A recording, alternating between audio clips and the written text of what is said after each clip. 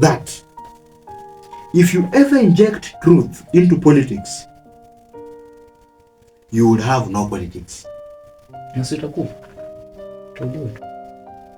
so many cases. So this is the reason why Morara has been branded as a conman. We have so many. He's injecting the truth. He's giving the truth, like in return anapata nini? Even, and that's why I've said there's no revolution on X. At least they belong somewhere. I was telling someone on you know, these guys who call themselves partyless. You know them. At least they belong somewhere. We can mention them. Mention them. Like, they know very well that these guys are honest person. And they are fighting him. And you know the government payment later sasa we have so many bloggers on X with verified account. And I know that those accounts are being paid for by the money of this country. You know, so verifying an account just for a month is 1,400 shillings. 1,400 shillings, you can imagine. They are giving verification. You pay someone pay. I've met several accounts with over 7,000 followers. Just 7,000. Not as 7,000, after 200. After 200, but the account is verified. Yeah. Courtesy of government of Kenya. The looting government. They're tackling just on lies. Lies. There's this guy called Mushiri. A very stupid guy. And you are not sorry for that. I'm not sorry to say he's stupid. He lies just during the day. He knows he's telling lies. You are defending our government. I imagine that one day, I don't know whether he has parents, but they just abduct their parents. Leave alone you. Kama mtu ashike tu bibi yako tu aende na yeye after some few weeks. No, usikia amepatikana ribayana in a sack. Dismembered. How will you feel it? How will you feel? Utasikia uchungu. Like, ushikwe tu mtoto wako. I always tell them, washikwe tu watoto wao. Wako abducted. Then after a short time, wapatikane in Ngong Forest. In sacks, dismembered. Or their wives, raped and dismembered. For me, history.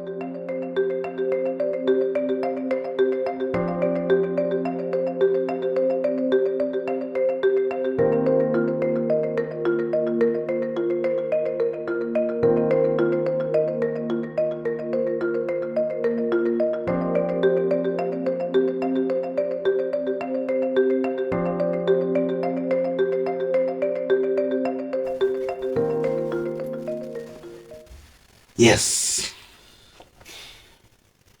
I greet you all again, and I welcome you to our channel, and I also welcome you to our discussion. Yeah, as I had indicated, or I had said that we shall have several discussions like this, and we shall be talking about particularly our country, because this is our country. And we have realized that as the new generation, we need to do something new. We need to change the situation because the current political and the leadership situation in our country does not favor us. So we have to come out clear and speak it out. We have to come out and show them that this is how we want things to be done. And if they don't take a step, we are going to take the step ourselves, and we are going to act, and we are going to do what is needed to be done. And for the match, I want to also welcome you. This is my, what should I say? My colleague. Yes, this is my colleague. So we are doing this all together as a team, and we want to achieve a goal of one Kenya and equality to everyone, so that we can put our leaders to account. And we want a situation in Kenya where we have a leader and a politician in one person. Yeah. Though they say that it is rare to find a virgin prostitute. Maybe it can just happen. Maybe it will happen. Yes. You can get a politician who is a leader. Maybe it can happen. It can happen.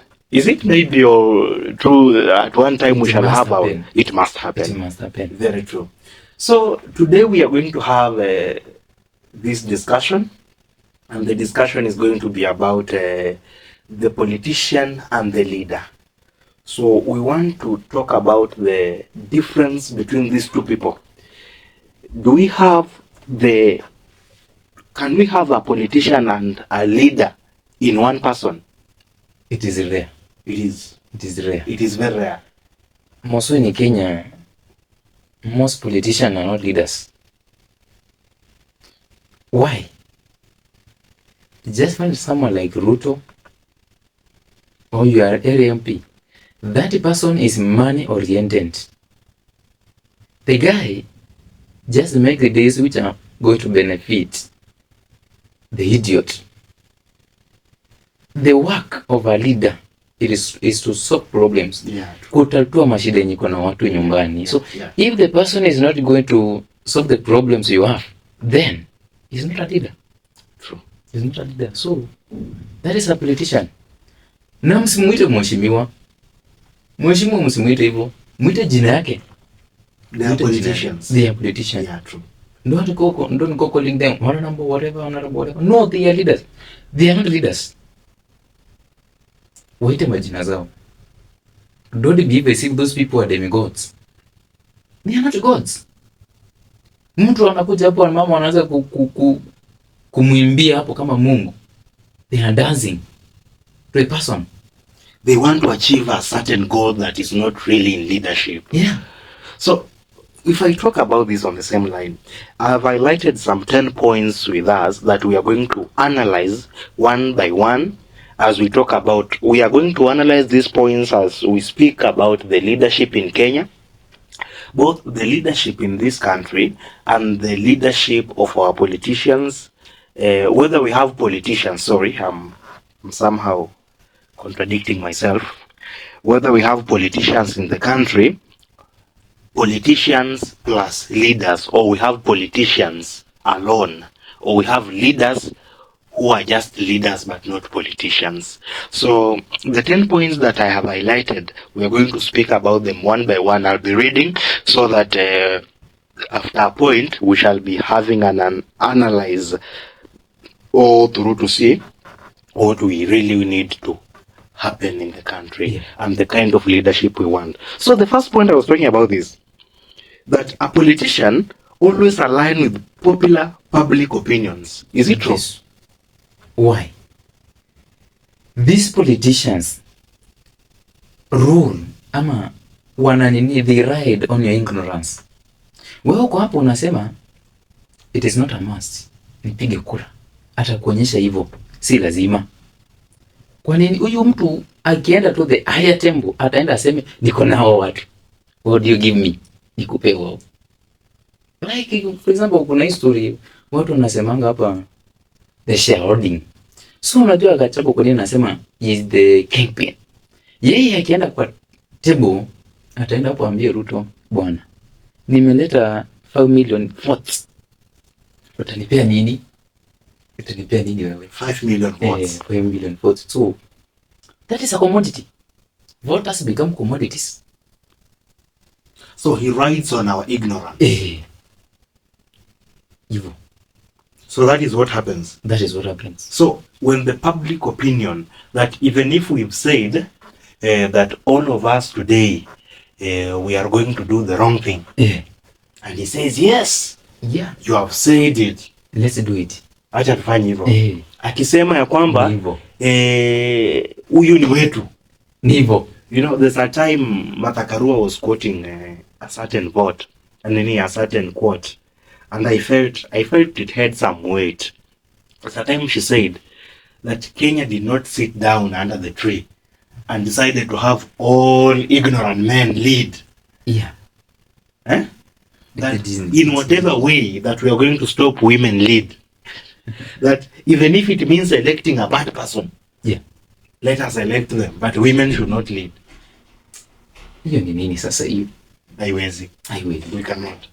So politicians ride on an illusion that we must do the wrong thing. Even if we are doing the wrong thing, they support us. But what about the leader? Let me talk about the leader. A leader aligns with proven principles and values even when they are not in line with the public sentiments. Hivyo. Hata kama utaki ukweli, the truth will remain to be truth. Yeah. Even if supported by one person. Yeah. We must stand on the truth. The truth. So when we put it in the context now of this country, where do we lie on that statement? Most politicians. Kwanza ngoja nicheke kidogo. Yes. Unajua most of the time huwa napenda ku bring it down to the real life. Yes.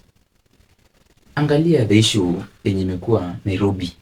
Mwaso with the Modorwa market shade, the story na Gachagua na najua gavana wa Nairobi Sakaja. The Sakaja, yeah. So issue yenye ilikuwa kutoka CBD waende Kangundo Road. Yes. Kwa hiyo shade. Then Gachagua akakataa. Akasema hapana. Ilikuwa zuri waende. Lakini Gachagua akasikia. The shed was built for Kenyans. You have seen the shed. It's a very big shed and it was a lot of money. It was built during the war. So, yeah, I remember. Just to bring the point. Gachagua aliangalia akaona majority of Nairobians Akikuyus, they are not fit, they are not ready to kuhamia huko. Yeah. Akaona ngoja aingililia hapo aseme pia mimi sitaki muende. He wants to ride on the ignorance of those people. He doesn't care. The uzuri wake hataki kujua. He really doesn't care on what it will benefit them. Because you know, at the end of the day, this market was built. And it was built using public funds. And these are funds of the normal citizens. We raise taxes. Na tunalipa taxes. So, you see the public funds that we raise all the time, and the market has been built. It's a very big market, by the way, along Kangundo Road. Just after Utaring, you get in through the Caltex, Kangundo Road. I've ever seen there. I've ever been there. On the left-hand side. Yeah. You know that place. It's so with big. A very big parking. Imagine. Then the guy says, there are certain community being targeted. Yeah. So nakwambia, ukiangalia the so he's riding on the popular opinion. Public opinion. Hata kama ni mbaya ndio iko na majority ni wetu. Which is very wrong. We must have a leader who should stand and who should align with proven principles and values even when they are not in line with the public sentiments. And those are the leaders we want at all time. Good. We have another one here. A politician is always campaigning for an election mostly for their selfish ambitions. Ndio. Kwa nini? Politician kitu ya kwanza election watapita. Then immediately wataanza kutafuta pesa ya kucampaign next. Mbona? They always find, okay, when they are campaigning. So selfish. Yeah, when they are wanataka kuretain hiyo kitu to themselves. They need to retain it by all means. So that they only campaign. Ni wao tu. Yes, it's all about them. Peke yao. So that, and that's why someone was talking of, you remember the issue of the CDF fund. You know, the court declared it unconstitutional. So, and like the MPs are saying, you know, if you do away with the CDF fund, it means that we are not going to give the bursaries. Yeah. And if you do away with the constitution of with the CDF fund, it means that we are not going to construct roads in our constituencies. Yeah. And someone was saying, like, why don't we just consolidate the bursary fund, the one we put under? You know, this is the only money that has the control of an MP at hand. You know, it's a lot of money. You know, when someone is fighting for something, you know, this is a lot of money. Yeah, so they know this is the only money they can have. Yeah. That even if they are accounted for, still they can find way on how to navigate around. Kuna hii msemo inasema the man with the knife, the man with the meat is the same man with the knife. So the MP akona pesa and he's supposed to account to himself. on the usage of the fund. Mbona usiibe? You are the one to account to yourself. You must steal. You must steal. Hiyo ni kitu kawaida. So our Kenyan MP oversight himself other asset. Ujiambia, hii pesa nimetumia aje after spending? Hii pesa nimetumia vibaya ama vizuri? You cannot jail yourself. Uwezi jifanyia kitu. Imeisha. To will you account? To who? Hakuna. So we have a problem. Kubwa.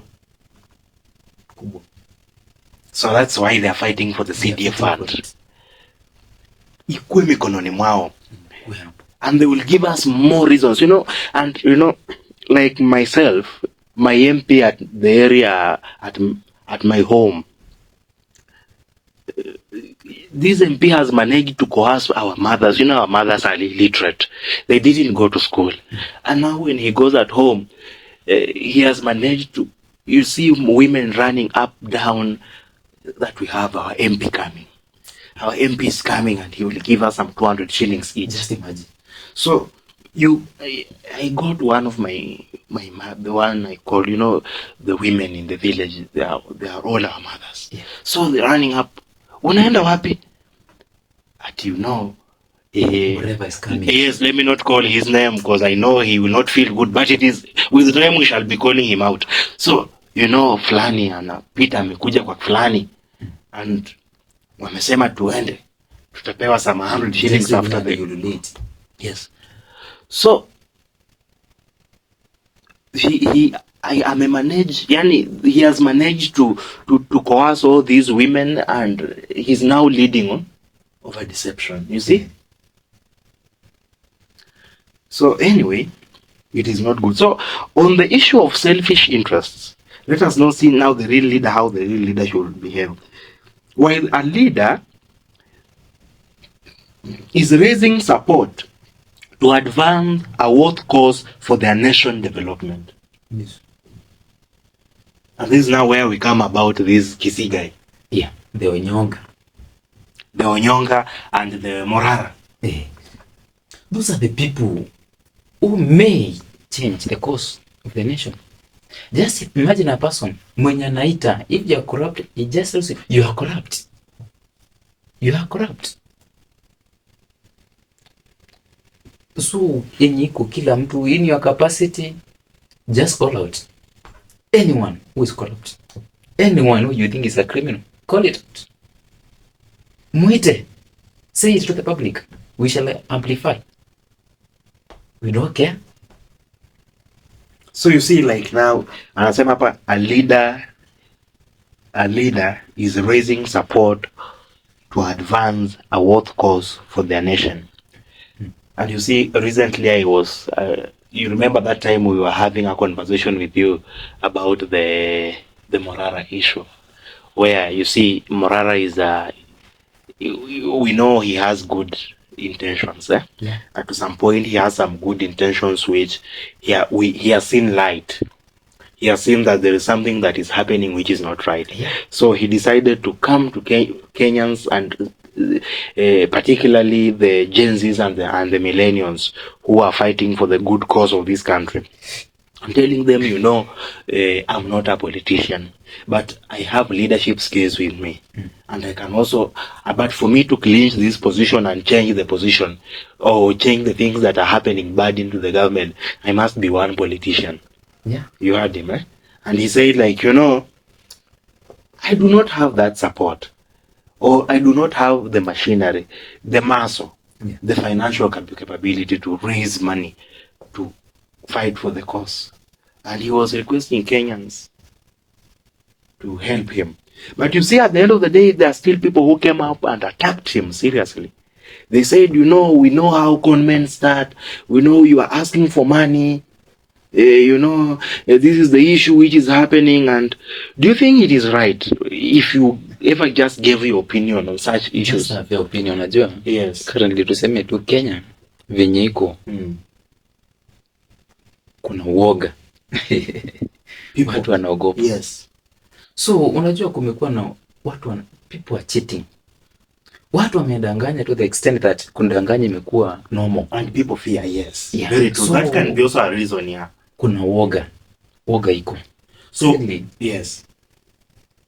The guy from the word go, kutoka ile time ya Gen Z, then hadi sahi, he is true to the cause. Jamaa na sacrifice the time, energy, bibi yake anamwacha kwa nyumba. You can imagine. Like me, you know, I cannot leave my house, my wife in the house alone. Several times. This age, and you know, Morara is not. I just realized that Morara is only 2 years ahead of me.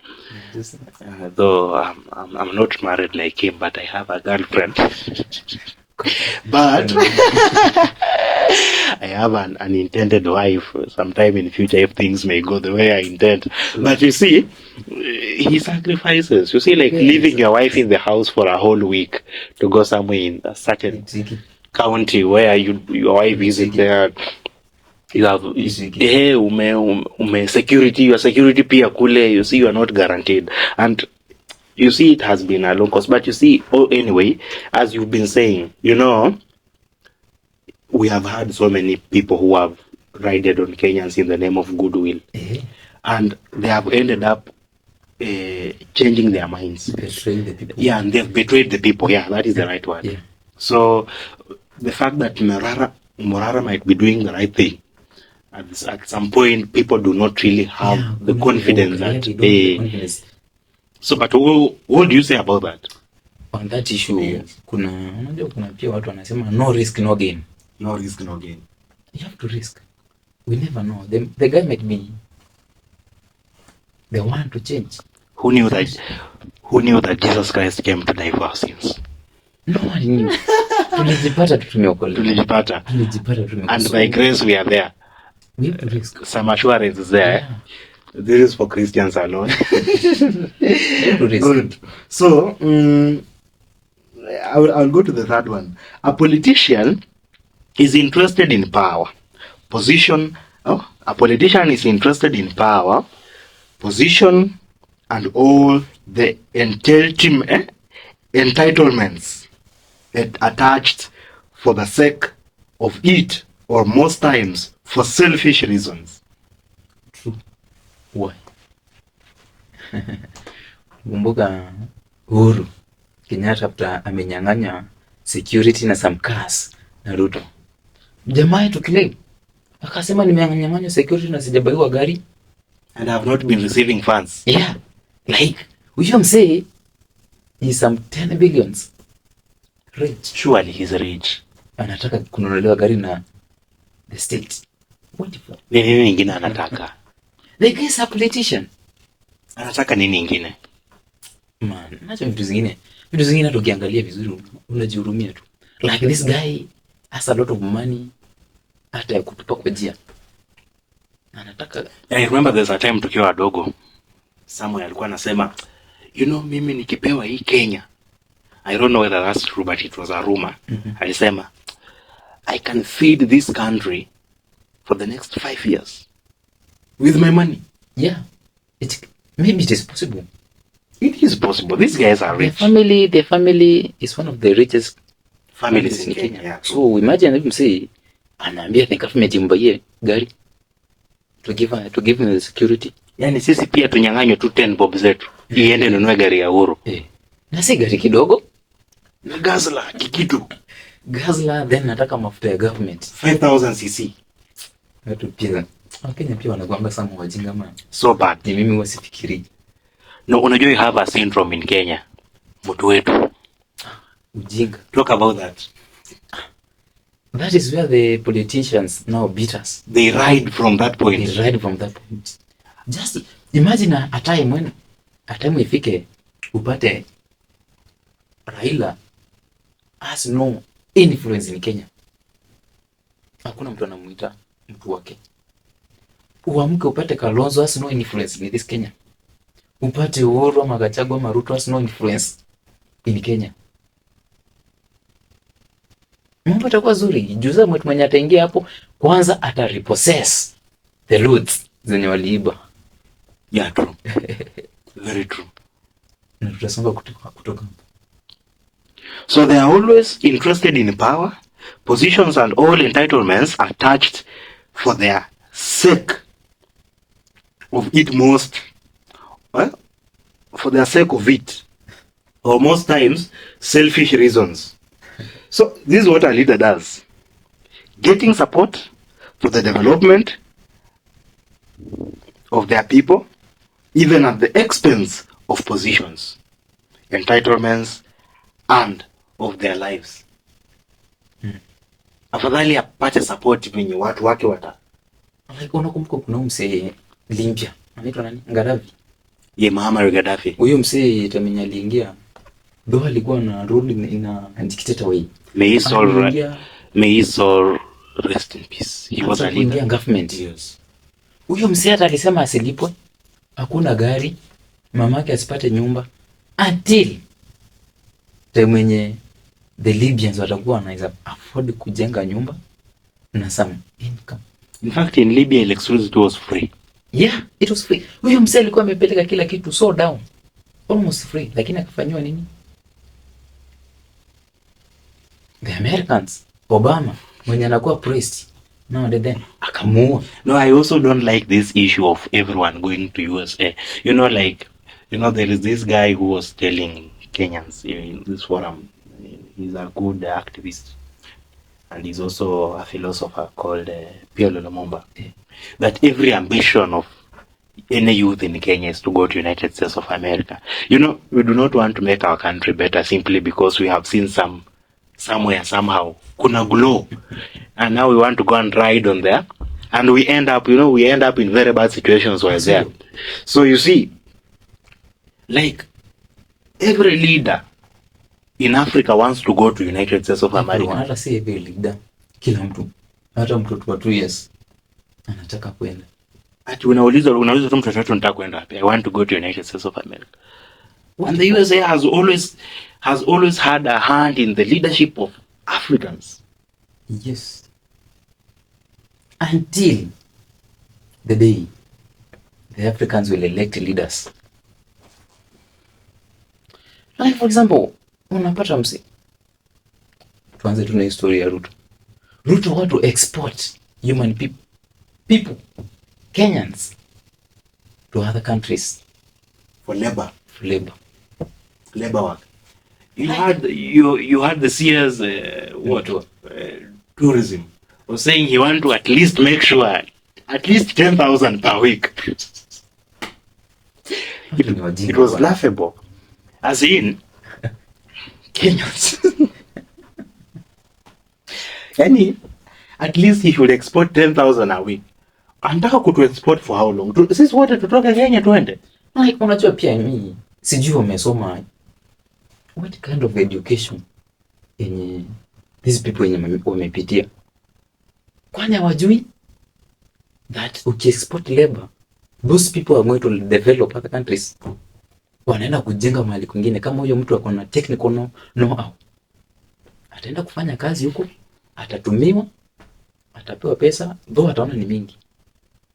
But imagine huyo mtu angekuwa Kenya, angegenerate another employment opportunities za watu wengine. Bora apewe support in their country. Apewe support in their country. Support. Hata kama ni mtu mmoja ameemploy, that is enough. It's enough. Than nothing. Huyo mtu ameenda huko, ameenda kujenga mahali kwingine.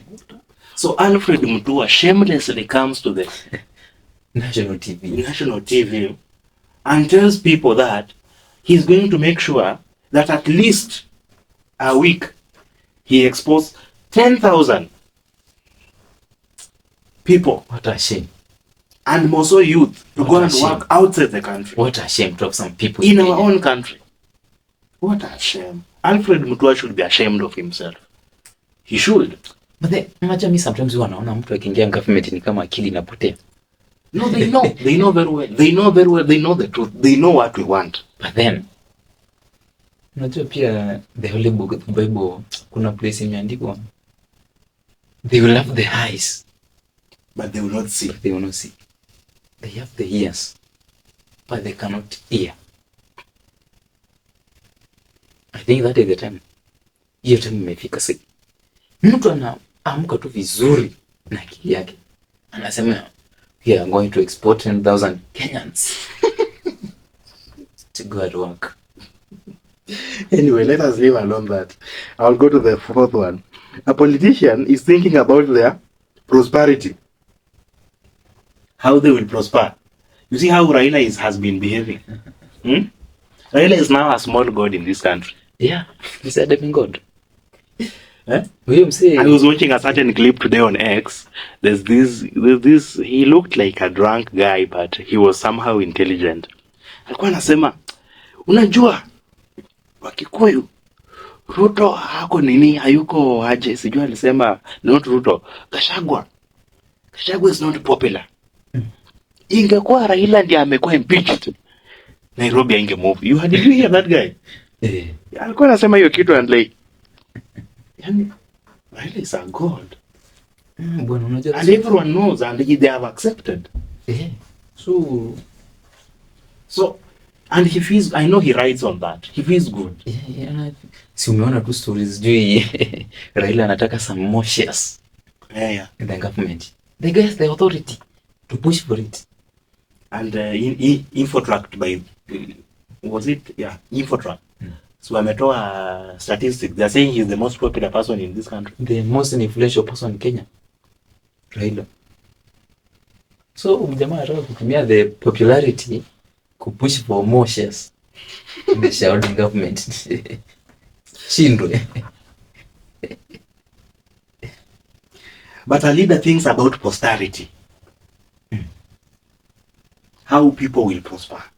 The ones they are leading. The collective prosperity. Like, uko hapo, the education sector is in a mess. But you are a leader. You are a leader. Who are you leading? Are you leading force? Kwani you are there, you are saying you are our president. Then the comrades, they are suffering. Comrades that are dropping out of the school, out of the universities. Ati hakuna pesa ya fee iko. God. May God see us. They say, oh God of all creation. Our national anthem is very clear. Come and save us. Anyway, a politician divides mankind.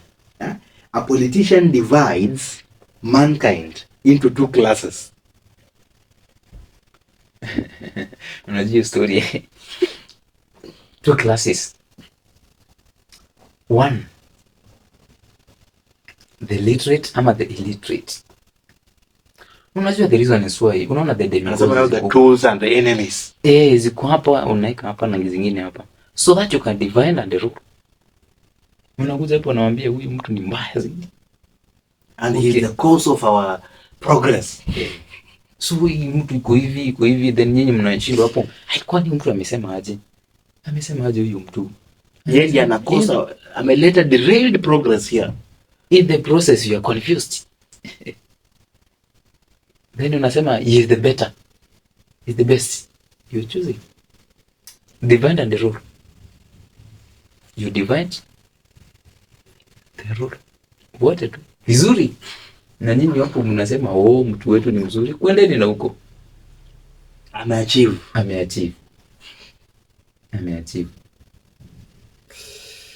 Hey. And they say, but a leader sees everyone as potential partners they can work with. Potential partner. Like ukiuliza mtu, I have this problem, tutatatua aje? Huyu mtu maybe atakupea opinion yenye kwa some of better than you. Mnaenda na hiyo. Very true. Very, very true. So, we have a problem in the country, and that is what, by the way, they have written on that. So they have used that the divide of mankind into two classes. And you know, you have the poor and the rich, and we also have the enemies. You know, we are the politician anasimama kwa gari. You know, the Kikuyu community did not vote for us. Just imagine. Kitu kama hiyo. And therefore they are not supposed to get any share. Like, na mnasikia hiyo kitu mnampiga makofi. I used to say our parents have really let us down because you see, so wao ndio walituweka kwa hii situation. Na sio ndio? They have tolerated this whole time. Unajua, it is said that the riot is the riot is the sound, ama ni sauti ya mwenye hajasikika. Maandamano ni sauti ya mwenye hajasikika. So wewe kama hujasikika, don't be comfortable with your problems. Speak out. Speak out. Speak out. Speak out. We have a problem, so we need to look at it. And the good thing with the current generation is that we are coming out of such nonsense. Hiyo lazima niisha. We are coming out of the nonsense of a Kalenjin has spoken, and he is speaking to the Kalenjins alone. That a Luya has spoken and he's speaking to Luyas alone. That a Kamba has spoken somewhere, somehow. That Kalonzo has told some people that these Somalis are not good. You take that with we are coming out of that region. We are going to treat everyone as equal. Equal. One country, one people. Kama ati wewe ni criminal, you are going to be prosecuted by law. By law. By law. For me, huwa nasema hivi, na hiyo ni maoni yangu, and I wish it will happen. Like, hata kama Ruto na Uhuru, they have looted in this country, na wamekufa, their children will have to pay for it. Will have to repossess some of their property and pay for their loots. We cannot allow that. Ati umekufa, then we can do nothing. Hapana, we have to come for you. Even in your deathbed. Ukikufa tunakukujia hapo. Hata mifupa yako tupeleke kamiti tuifunge jela for 100 years to release you to the burial. We cannot allow that. Wow. Those are very strong words, and I want to persuade all Gen Zs and the millennials and any person of goodwill to this country that it is time we change the narrative. It has to change. It is time we change the situation. Like, how are you comfortable with a thief? How are you comfortable? Ati amekufa, then you can let it go. No. The wealthy is there. The property is there. Even if it is being used by the son or the grand or the daughter or whatever, even the 10th generation, that property remains to be a looted property. We are not forgiving. We cannot forgive. Yeah, you know what? I can quote that who is this guy? Morara quoted that if at all God can forgive us, why is it that there is an internal hell somewhere? Also, why? Where the people are gnashing, where people are gnashing teeth and suffering in pain with some fire that can never end. In fact, they call sulfur. In general, anyone has to. In the book of Revelation, you can go and read that. Everyone has to bear the consequences of the sin, of the event yenye amesababisha. Yeah, true. You have to bear the consequences. Very, very true. Yeah. So another one is here. A politician gives people leftovers of his or her fish to eat.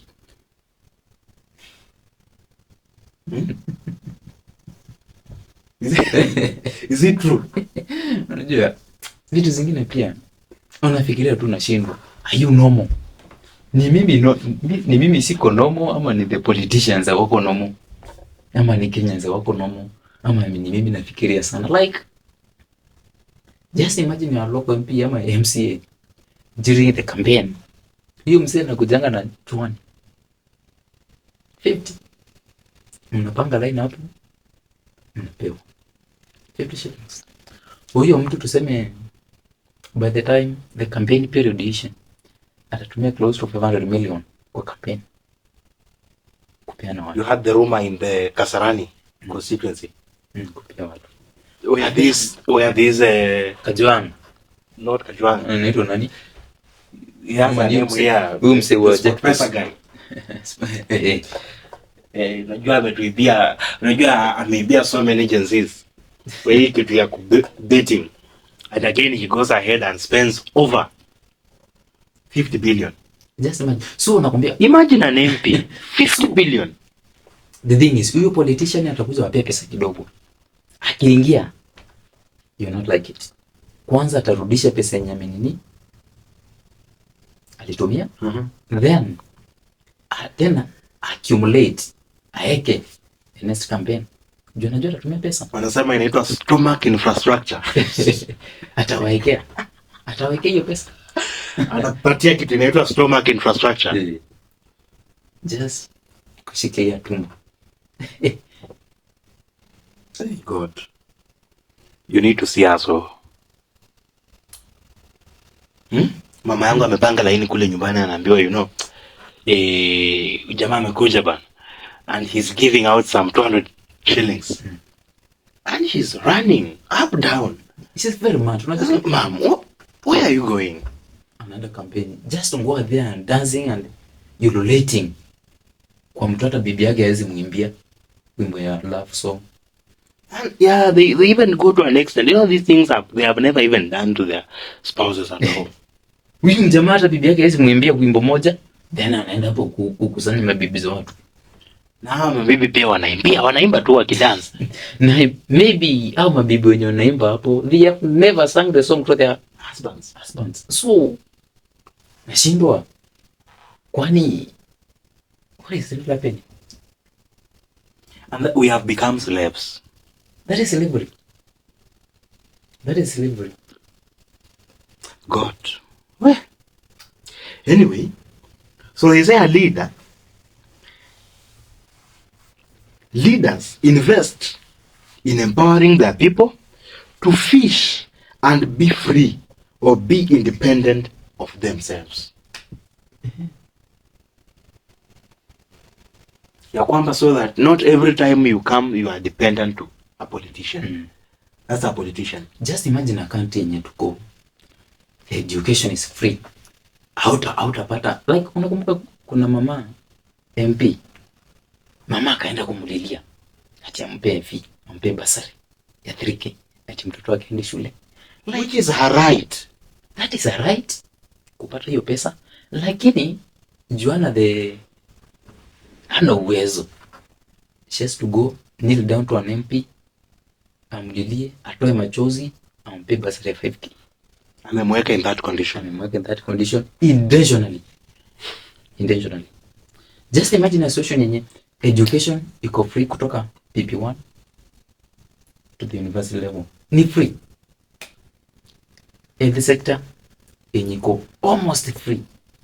Just imagine that situation. Watu watakuwa so happy. Imagine. God. That institution. It's unfortunate. No. The institutions are lacking. Ukienda kotini, you are served well. Si mambo na bribes. Employment. Kwanza uitishwe jamaa unaulizwa nani amekuleta? You remember my issue of the passport when I went to get my passport. Just imagine that one. Unaenda hapo na even called the PS Interior and he dodged my call. Yeah, after being on a national TV, Citizen TV. Akisema passport inatoka within 40 days. He said 7, not even 14. He said once you apply, you go and take the fingerprints. Immediately the fingerprints are taken. After 7 days, you receive your passport. Just imagine that. When I called, you saw how that woman was so arrogant. The secretary. And the lady, yes. The lady is paid from the taxpayers' money. And she was arrogant. In fact, you are the employer. You are the one employing her. Nampigia ananiambia, that was just on TV. Like these people are taking us for granted. Like sasa mbona mtu anadanganya watu? How we kids? Unajua it comes a point when you have to tell the truth regardless of the pain, how painful it is. I was so bitter, by the way. I was so bitter, and I said, anyway, this is the country, but it is so unfortunate. Just imagine where a principal secretary anatokea on a national TV, and they lie, and they are comfortable with it. They have taken off. No, wanaenda. Then wanaachiliwa free. Kwani tuko happy? They are just let it free. Just imagine a situation where institutions are working. Police stations zinafanya. Parliament iko sawa. So they say here, when you see somebody providing stomach infrastructure, just know he's a politician. That is a politician. Anataka kudominate. Ati kila siku kumsikia unakimbililia 200. Kwenda huko. So sad. Politicians overpromise in order to win an election. That is the current situation. The current situation.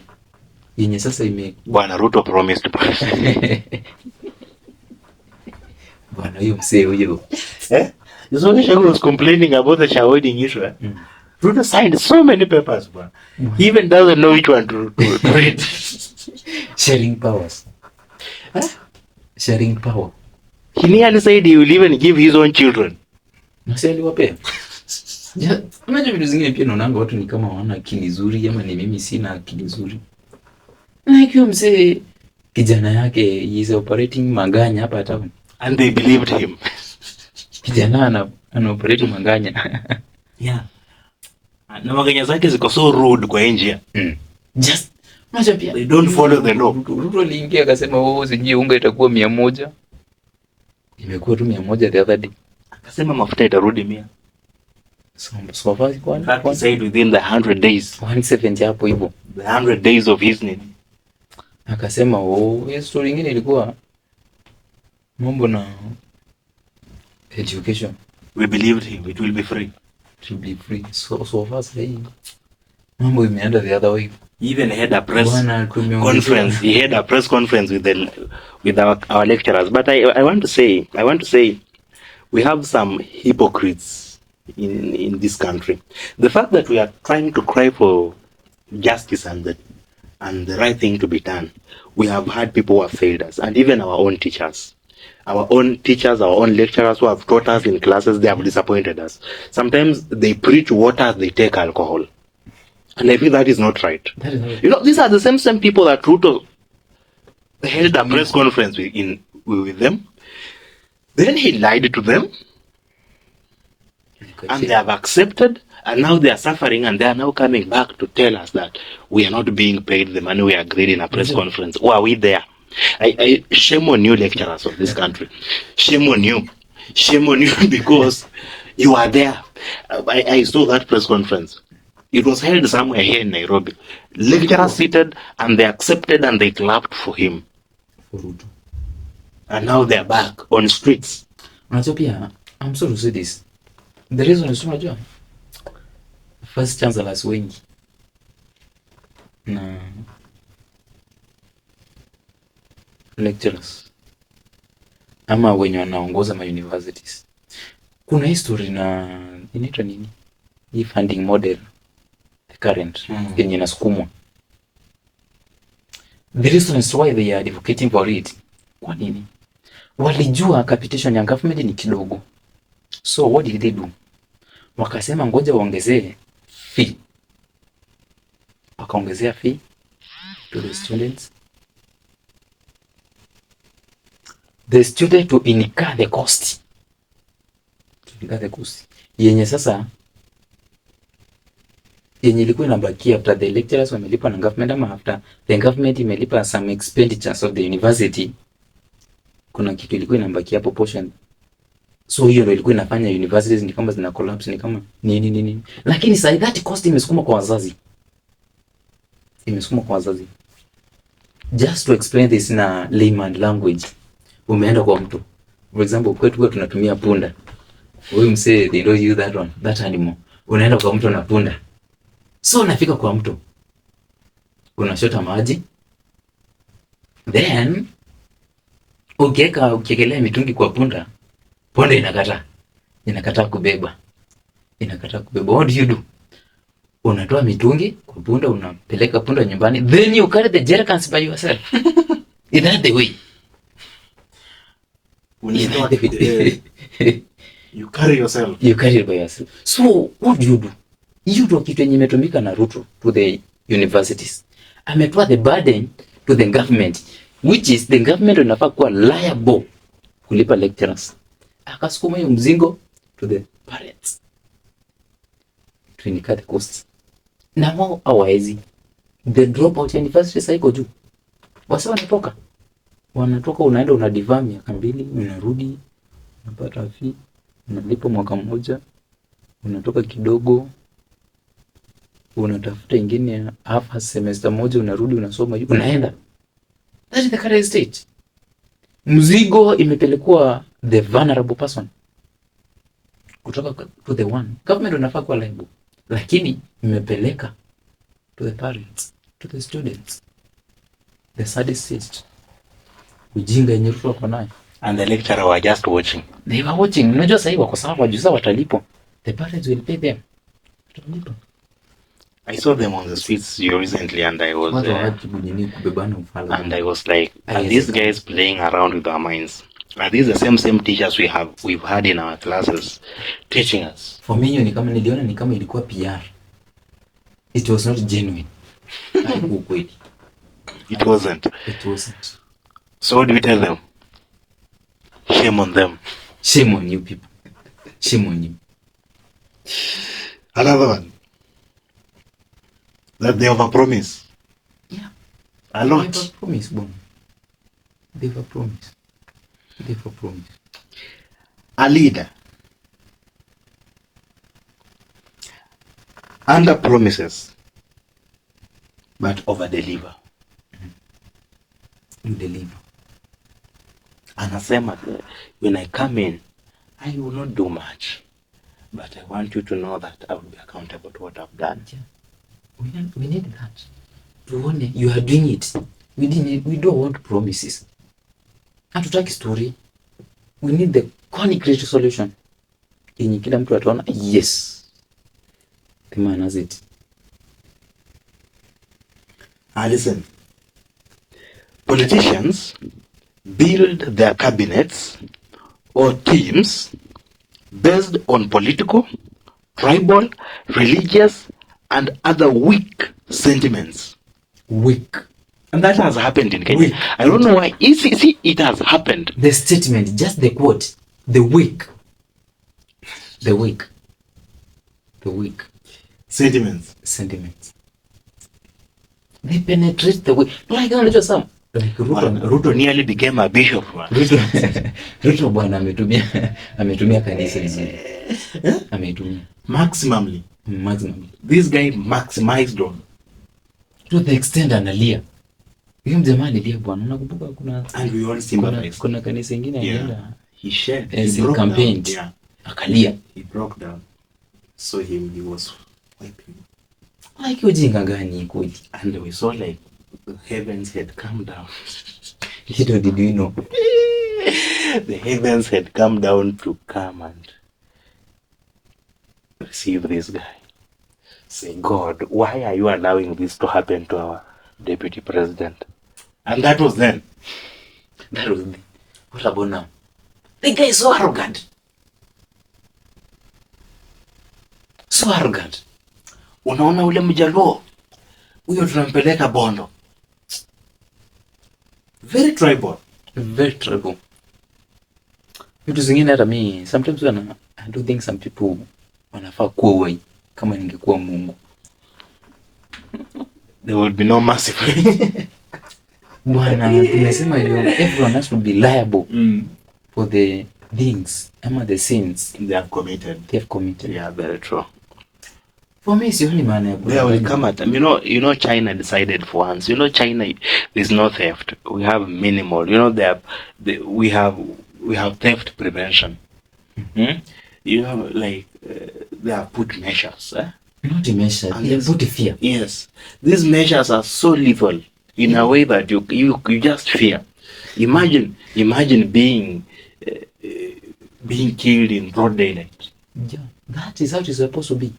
Like just imagine, unajua kuna mtu mwingine nisikia akisema ati mtu like kesi nyingine hiyo msee sijui anaitwa nani mwenye alipewa sentence ya 67 years.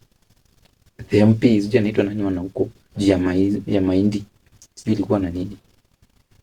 Sirisia MP. Waluke. The case was recently thrown away, you remember? After the Ruto ameingia government. And we have a very serious guy called, like I want also these senior councils to respect themselves. The title senior council, we know you must be a just person. You cannot defend a criminal. You cannot defend someone who has stolen our Kenyan money. Surely, some lawyers should also overlook at this. You see, when you defend a criminal and everyone knows that this person has been this is a criminal, you are a senior counsel and you are happy that your client has won the case. Surely, kesi imetupiliwa mbali 67 years.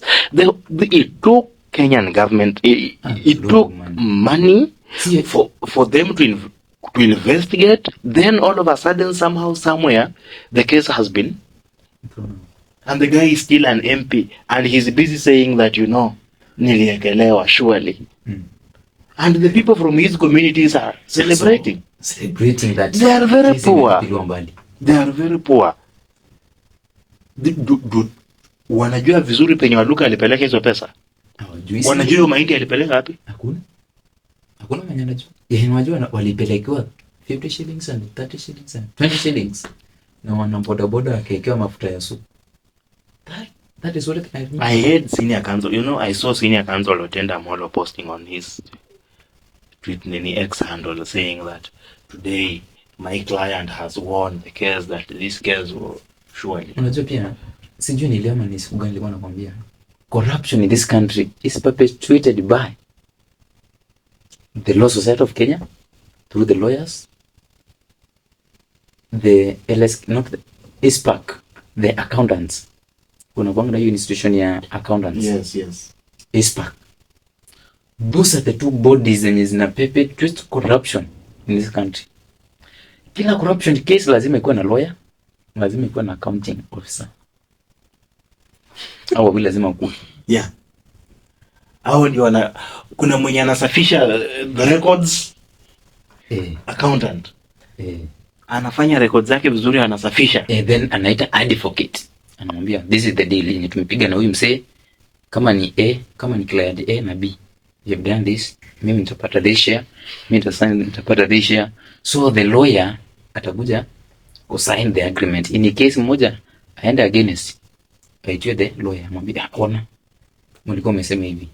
So the Law Society of Kenya and the ISPAC, those are the perpetrators of corruption in this country. Mimi nitasema hivyo mara 100. Nitasema hivyo. Like your accountant, you are member of ISPAC, the body ya accountants in Kenya. Na wewe you go, unaenda unasign whatever. Corruption. Pesa inatoka against the normal mwananchi. Against hii tunajua ni hii pesa ni ya corruption. You know. Lakini go ahead and say selfish people, very selfish. And the wages of sin is death. There's no hakuna shortcut hapo. You deserve to be dead. Unafaa kuwa umekufa. Surely simuko hata wezi kidogo, unajua unaweza kuwa ule mwizi mwenyewe. Sikuibia sana. At least make sure for me, at least make sure for any theft. Just make sure you build at least 3,000 kilometers road from all the way from Garissa to. For me, I don't advocate for any. Kila kitu ikae safi. Tukae msafi. If you are criminal, hata kama ni shilingi moja, I will call out. I know Kenya has money. Kenya kuna pesa like Kenya kuna pesa. There's a lot of money in Kenya. Anyway, there's this one. Yet, leaders build their team based on competence. Yeah. Shared visions and values. Yeah. Like, just imagine a country where you'll find the DPP, who Director of Public Prosecution, anaongea facts, ana prosecute the criminal cases according to the facts, ukweli nyiko, no dropping of the case, no kufanya nini, ukweli. Imagine ISPAC Kenya inafanya kama mtu, if at all a certain transaction is not open, they fail to sign it. Imagine a situation where Law Society of Kenya watasema this is a criminal, we are not going to defend him. It's a criminal. Just imagine that case. So we are in a bad situation, and when we speak about this, we just want to enlighten ourselves. What is really happening? You know, we've had a situation where so many people do not know what is really happening on ground, and nowadays we have, you know, do people really know that we have an auditor general's report on phone nowadays? Majority don't know. You can access it on your phone. You can read it. Recently, I was going through my constituency report somewhere in Kwisero constituency. Bwana, I saw wonders, bwana. And you know, my MP recently was ranked one of the most disciplined. But when I looked at the Auditor General's report, and I said, God, this is the, you know, they say they say at least this is the smallest devil. At least. At least. Bwana. This is the leader amongst fools. Mimi wa kwetu bwana. I don't know whether I should call the name. No, don't do so. Let's go fast because of time, so that we can. For me, we have this primary school in our village there. Iko na ECD class. Yes. Bwana, the class was overvalued. Iliwekewa milioni 20 na iliwekelewa mamilioni ya pesa. Na yeti ilikuwa ina cost 1 million. Hata milioni haikufika. Unajua wazazi hapo walipeleka shangarau. The wazazi hapo ndo walikuwa wanapeana free labor. Free labor. Yet there was money for labor. Yeah, there was money for labor, there was money for shangarawe, easy minor things. These are shameless people, very shameless, and they don't care. Like these guys don't care. That hiyo ndio kitu yenye inaniamazed sana. Like I feel ni kama kawaida. These people, when they come to our churches and we see them on TV, bwana, you can't know this is Mungu Mutuse bwana. Bwana wezi jua. How is he called? Mutuse who? Mutuse Mwengi. Mutuse. They are very humble. Recently, I saw him in trying to. By the way, he was so rude. I saw him in a certain rally recently on TV. Alikuwa na lecture bwana, leaders. Anasema nimetoa hiyo msee. Anasema this must be done. Let's see if that is an achievement. Simply because he was just given. We know he was given a small motion which did not belong to him. Yes, he was given some papers recently and told, you know, Gachagua must come out. So kindly just. Execute the motion. We are behind you. And now because he's done, he feels now he has the power to lecture all the campus leaders. And the bad thing is that they were quiet. They allowed him to speak. But me, I have a problem. Once I become a politician and the way they talk bad, they will kill me because I will tell them the truth. What of me? What of me? I'm the real truthful man. They talk of being truthful. Me, I'm the real one. Now listen, this one, it is the truth. And this one, this is what we know in Kenya. By the way, every Kenyan knows. What do they know? Listen, every Kenyan knows that politicians doesn't have permanent friendship or allies. True. That's why unakumbuka the senior council Orengo. Yeah. Alisema aje? The government eats on. Correct. The government eats only people. Umeona tuna reason government hii ya Ruto. Si imetoa Gachagua. Kama sacrificial lab. Imetolewa. So there's no friend to any government. No permanent friendship. No permanent friendship. That is what a politician does. Yeah, no permanent friendship in government. Hakuna. Just imagine tuseme 2022 Ruto na Gachagua. Ungeulizwa kama situation kama hii itatokea utasema aje? It will never happen. Lakini sahi it is what is born. Bwana, those guys I can even imagine they used to sleep in the same room. They were very happy. Bwana, nakumbuka wakipeana chapo sijui hoteli kibanda fulani hapo hivyo wamechapewa katakata hapo hivyo some beans and they chewed. Bwana, you couldn't imagine that. You couldn't imagine. But because the government has no permanent relationship with them, it is about to happen. No, it's a bad deception. It is about to happen. It is about to happen. They say that a politician doesn't have a permanent friends or allies. They are loyal to the extent that their interests are taken care of. Hey.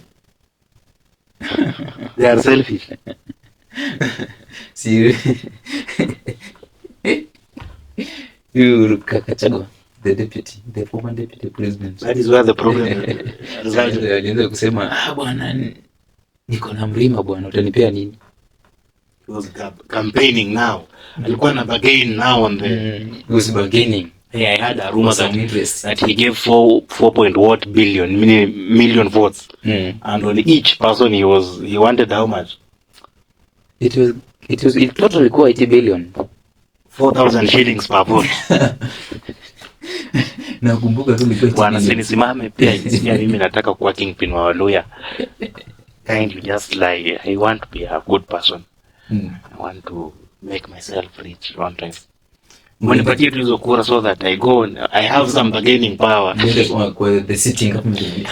Bwana, I have some 2 million votes. Yes. What are you giving me in return? Yes. Then you draw the agreement. Utapewa yako. Then you sell the voters as commodities. Ujinga ni. That is why they will tell you they only have permanent interest but not permanent friends. No permanent friends in government. There's this one thing. I was happy with this guy Obama. The fact that I don't like USA. No, let me not say that because you don't like them. You don't like them. Atuwapendi bwana. We no wrong for apologizing. We don't like them. We don't. So this Obama is a Kenyan. Hata kama is a Kenyan bwana, ikindi bwana. Aliwa msee wa Libya. Obama is a Kenyan. So this is what he was saying, eh? No, this is what I was saying about him. You know, in Kenya,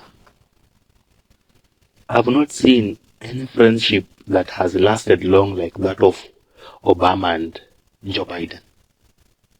You see, Obama has been consistent. He has supported Joe Biden. We know what Joe Biden has not done in the USA right now. Yeah. And so many people are opposing him. You see the situation, but Obama has stood with him.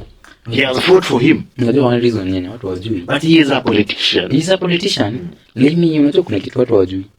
The real men. Sisemi wengine si real. True men. Ngoja nitumie hiyo. True men. Consistency. Kama umesema ni hapa leo, let it be that. Yeah, that is the leadership. That is the leadership. Usikuje hapa then, after some time tunaambia hapana bwana nilikuwa wrong. Then will you take you serious? Bado kuchukulia serious hivyo. Like leo umetuambia hivi, kesho umetuambia hivi, the following day unatuambia hapana, consistency. If you make a mistake, own it. Own your mistake. Eat your cake. Eat your cake. Hata kama umefika to the bitter side. Hata kama umefikia side yenye iko na uchungu. Take it. Eat it. Eat it. Usipie mwingine. Own it. Now these are what leaders do. Leaders build friends based on shared visions, values and principles, and they are committed to those values. And that is the kind of leadership we want in Kenya. And now, this is the last one, the 10th one, as we finish.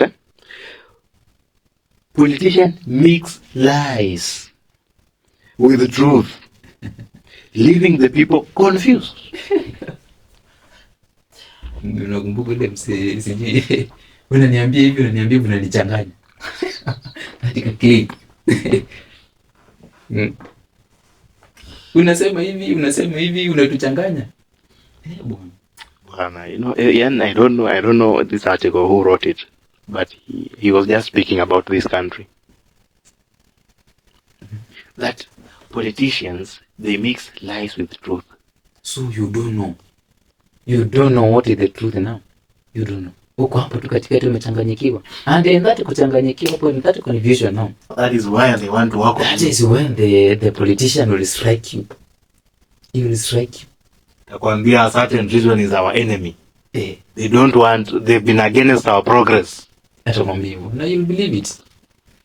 Now as I finish, leaders, they are open and transparent. With a leader, the more you look, the more you see. We need that, eh? We need that. That is what needs to happen. We need to have, and my question is this now as we conclude. Can we have a politician and a leader at the same time? It is possible. It is very possible. Inawezekana. Na hiyo inawezekana lini?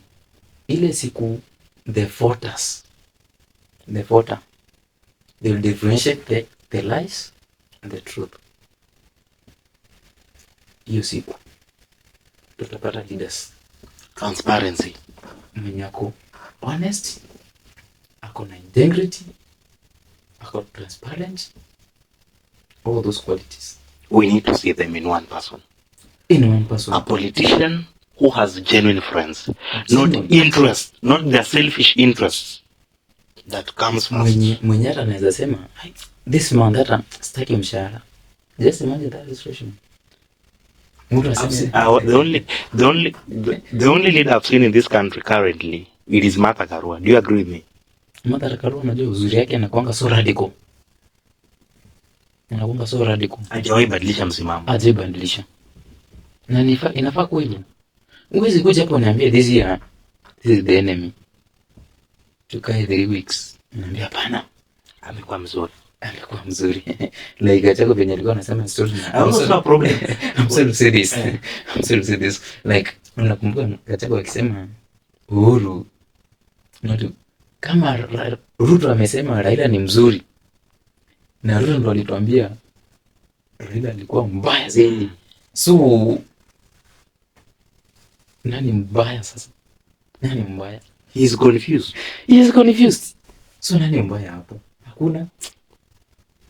Now, some leaders think politics is a dirty game. They think it's not for them. So, they don't want to be involved in it. So that has affected us too. Wanajua at the moment, you remember the issue of Jacob Juma. Jacob Juma was eliminated.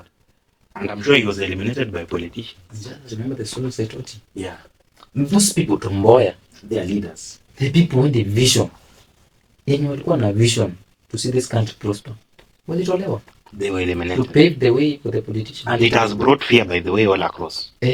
So that unapata mtu, yes, this is a leader. Anatamani.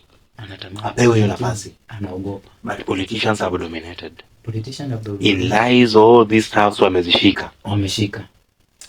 Another one.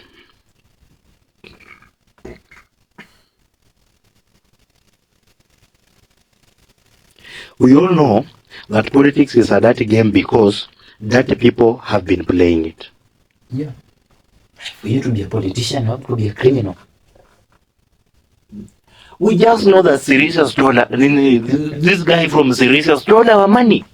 Yeah. He stole our money. And we know that. But yet we still dance with him. You just dance. Waiguru. Mwenye alikuwa anataka kuwa DP. Yes. Story na NYS. And we know that. Remember Gachagua, the 200 million. Remember Ruto. Hiyo ni siseme. God. Then we have this one. Politics have no relations with moral. And that is what they say. Lakini tuseme good morals. That we be specific. Be specific. They say that politics has no relations with good morals. They have no relationship. You can just kill, but you are a good person. Unakumbuka tu msee. Nilikuwa Kiambu bwana, mwenye alichote boda msee. Na ni mpesa hii. The guy sitting in parliament.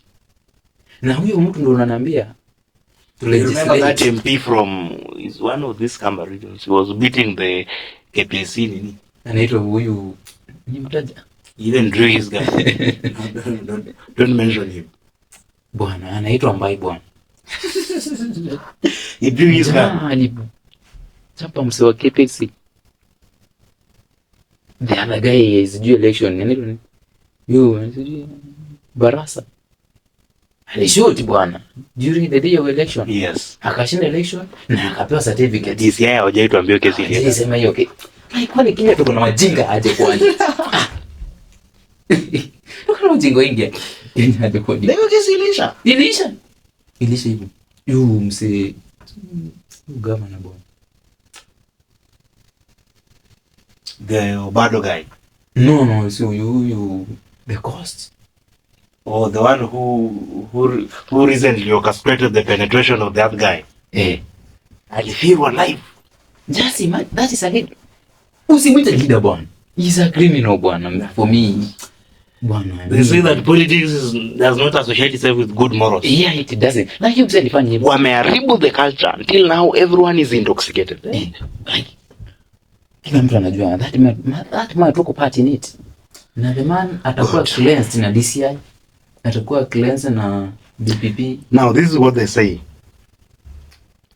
That if you ever inject truth into politics, you will have no politics. Na sasa tuko. We have so many cases. So this is the reason why Morara has been branded as a conman. We have so many. He's injecting the truth. He's giving the truth, lakini in return anapata nini? Even another says there's no revolution on X. At least they belong somewhere. I was telling someone on you know, these guys who call themselves partyless. You know them. At least they belong somewhere. We can mention them. Tunaweza mention kabisa, like they know very well that these guys are honest person. They are fighting him. And when the government pay later that we have so many bloggers on X with verified accounts, and I know those accounts are being paid for by the money of the government. Verifying an account just for a month is 1,400 shillings. 1,400 shillings. I've met several accounts with over 7,000 followers. Just 7,000. 200, but the account is verified. Courtesy of the government of Kenya. They're tackling just on lies. Lies. This is guy called Mushiri. A very stupid guy. And you are not sorry about it. I'm not sorry to say he's stupid. He lies just during the day. He knows he's telling lies. You are defending our government. I imagine that one day, I don't know whether he has parents, but they just abduct their parents. Leave alone you. Kama mtu ashike tu bibi yako tu aende na after some few weeks. No, usikia amepatikana Ribayala in a sack. Dismembered. How will you feel it? How will you feel? Utasikia uchungu. Like, ushikwe tu mtoto wako. I always tell them, washikwe tu watoto wao. Wako abducted. Then after a short time, wapatikane Ngong Forest. In sacks, dismembered. Or their wives, raped and dismembered. For me, history ya government naiangalianga in a different perspective. Like, angalia, sahi huyo mtu anapewa 2,000 shillings. To verify the account na fanya mambo yake. Anapewa 2,000. Then in the process, the government sells the airport. Now, story na trafficking itakuwa mtoto wake ndio mjukuu ama whatever atapitia shida courtesy ya babu yake.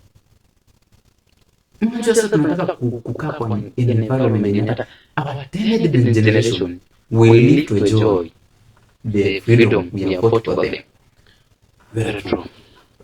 Whoever wrote this article is saying this. Listen.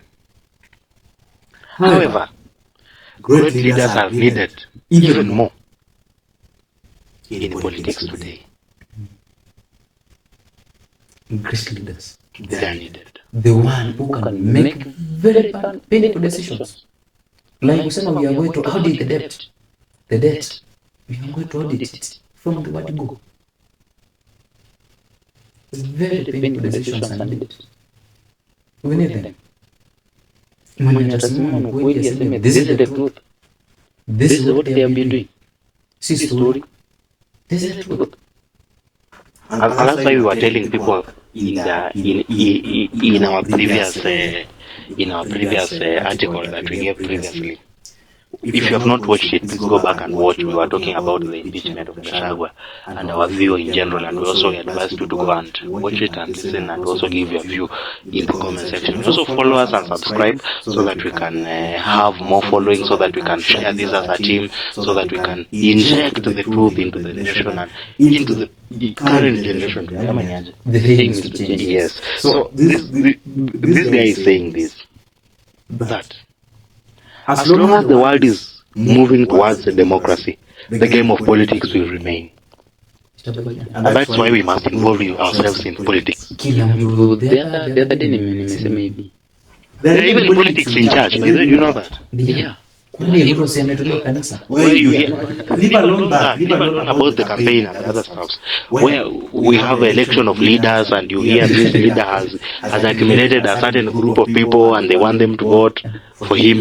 Have you heard that?